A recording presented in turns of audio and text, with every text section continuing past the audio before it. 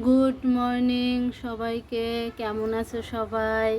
আমার বারান্দা বাগানে দেখো কি সুন্দর পুঁইশাক হয়েছে। এর আগেও হয়েছিল, কেটে খাওয়া হয়েছে। এরপরে আবার এই কুশিগুলো বের হয়েছে, খুব সুন্দর তাই না?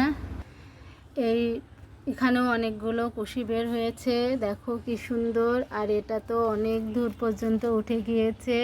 এই আগাগুলো কত দূর আরও উঠবে, তারপরে আবার কেটে খাবো, আবার সাইড থেকে কুশি গজাবে। আর দেখো এই যে এগুলো দেখতে পাচ্ছ, এগুলো ছিল সব উস্তে গাছের, যেটাকে করলা বলা হয় গাছ। অনেক করলা ধরেছিল, খেয়েছিলাম, গাছটা মরে গিয়েছে।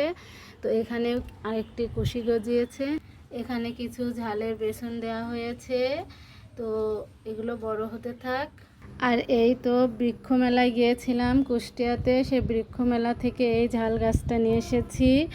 আর এই ঝাল গাছটা কিনে এনেছি। গাছ দেখলে তো আমার ধরো মন চাচ্ছে কিনতে, এখনও টপের মধ্যে দেওয়া হয়নি, আজকে দিব গাছগুলা।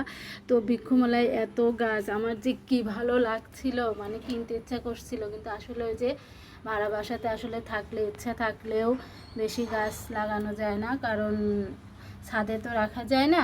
নিজে বারান্দাতে যেটুকু আটে, এই যে উস্তে গাছের গজিয়েছে, কুশি গজাচ্ছে, আর একটা পুঁইশাক গাছ। আর এই উস্তে গাছটা দেখো কত দূর পর্যন্ত উঠে গিয়েছে, অনেক দূর পর্যন্ত গিয়েছে। আর আমার লেবু গাছটা আলহামদুলিল্লাহ মাশাল্লাহ অনেক সুন্দর হয়েছে। লেবু গাছে কুশি ছাড়িয়ে অনেক দূর পর্যন্ত গিয়েছে। আর এই যে আর একটা লেবু গাছ, সেই গাছটাও অনেক সুন্দর হয়েছে, আমার খুবই ভালো লাগে।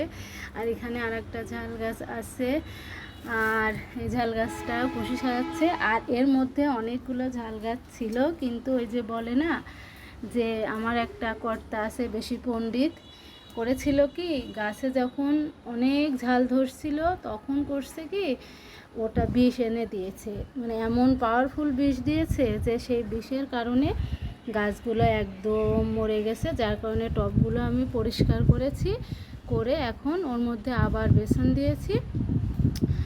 এই হচ্ছে আর একটা উস্তে গাছ, অনেক দূর পর্যন্ত গিয়েছে। তো খুবই ভালো লাগে আমার গাছ, আমি যদি আরও লাগাতে পারতাম আমার আরও ভালো লাগতো।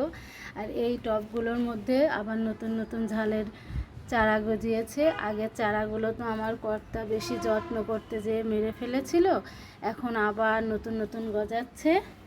এই তো।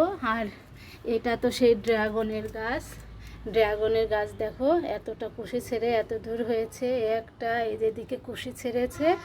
তো আজকে এই পর্যন্তই। এটা হচ্ছে